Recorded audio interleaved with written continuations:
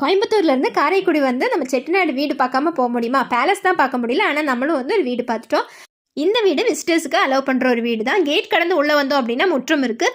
அதுக்கப்புறம் பார்த்தீங்கன்னா பெருசாக ஒரு ஹால் மாதிரியே இருக்கிற மாதிரி ஒரு வராண்டான்னு சொல்கிறதா ஹால்னு சொல்கிறதான்னு தெரியல. இதுக்கப்புறம் தான் வந்து மெயின் என்ட்ரன்ஸு.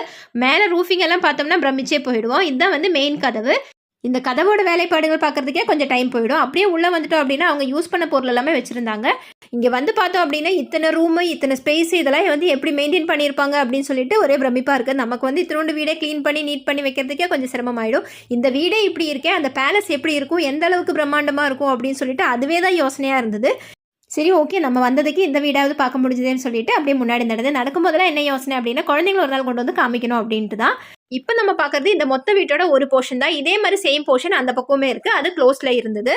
இந்த வீடியோவோட டீட்டெயில்டு ஃபுல் லெங்த் வீடியோ வேணும்னா கமெண்ட் பண்ணுங்கள். ஒரு நாள் அதையும் போஸ்ட் பண்ணுறேன். பாய்.